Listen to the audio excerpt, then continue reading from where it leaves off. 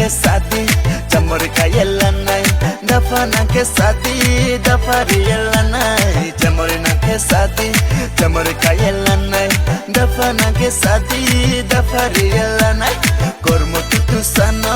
hayo tinang tangai nungka tumu pairinai aini yalai mana kormo tutu sano hayo tinang tangai nungka tumu pairinai aini yalai mana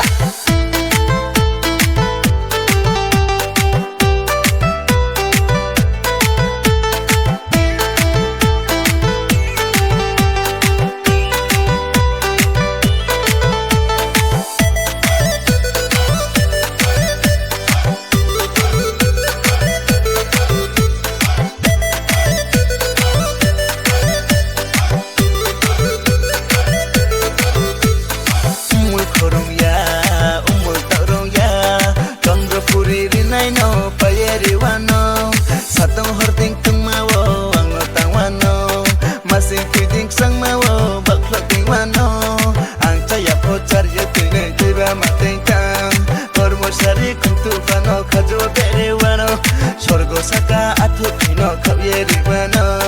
sorgo saka atu kino kabyeri wano